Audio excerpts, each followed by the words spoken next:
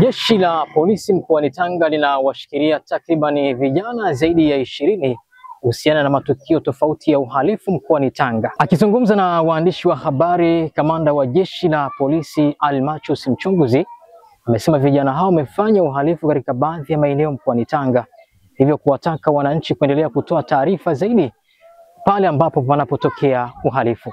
Nimewaita leo ili kuwapa taarifa ya operation ambayo tumeifanya kuanzia tarehe 15 mwezi wa 6 2025 kutokana na uhalifu ambao ulikuwa ukijitokeza katika jiji letu la Tanga, ambapo katika msako huo ambao operation ilifanyika, watuhumiwa 5 walikamatwa kwa kosa la unyang'anyi wa kutumia nguvu, ambako walimvamia mwalimu aitwaye Katwibu Silaji. Huyu ni mwalimu wa Patrari.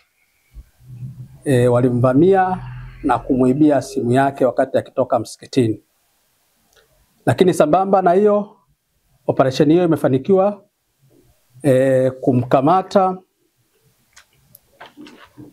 kumkamata Tima Chande. Huyu ana miaka 39, Mdigo, mkazi wa Makolola, akiwa na lita 415 za petroli na lita 40 za diesel.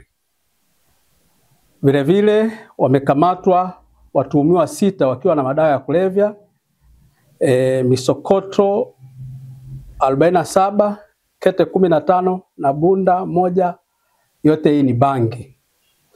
Aidha, watuhumiwa 6 wamekamatwa wakiwa na mabunda 2 ya bangi. Vile vile watuhumiwa 29 walikamatwa kwa makosa mbalimbali ya kijinai, yakiwemo unyang'anyi wa kutumia nguvu, mashambulio dhidi ya raia wema. Sambamba na ukamataji huo, jumla ya pikipiki 28 zimekamatwa, ambazo pikipiki 9 hizi zimekutwa zikiwa hazina namba. Kwa hiyo wamekuwa wakitumia uhalifu kutumia hizi pikipiki kwa kutokuweka namba za usajili. Na pikipiki nyingine ukitoa hizo 9 na zenyewe zimekamatwa kuhusiana na makosa mbalimbali ambao wamekuwa wakizitumia kufanya uhalifu. Jeshi la polisi mkoa wa Tanga linaendelea na uchunguzi wa kina dhidi ya watuhumiwa wote waliokamatwa, na hatua stahiki za kisheria zitachukuliwa kwa mujibu wa taratibu.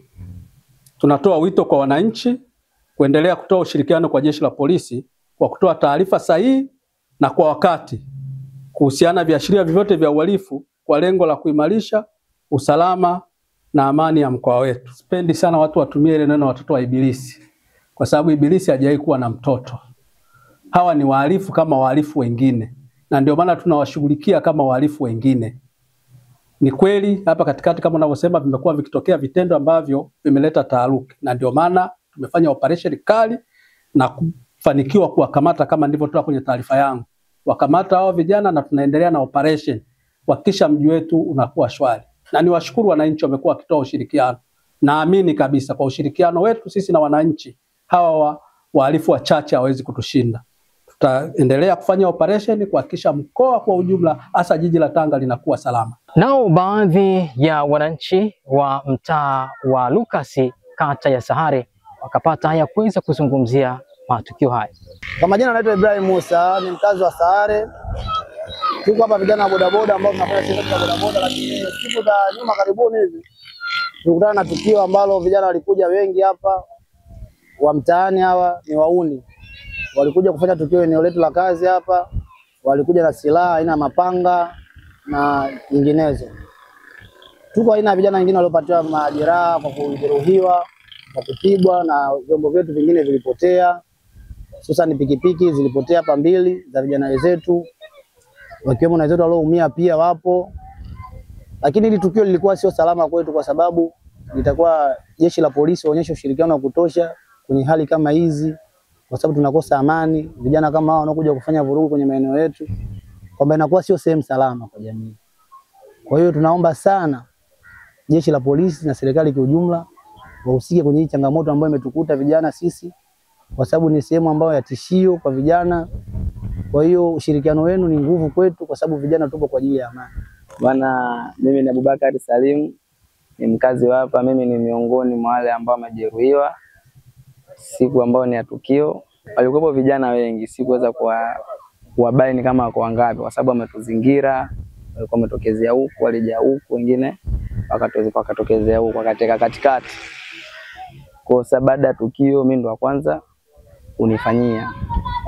Sasa baada hapo akaanza kumshambulia abiria, mimi kitendo ndo nikapata nafasi ya kukimbia.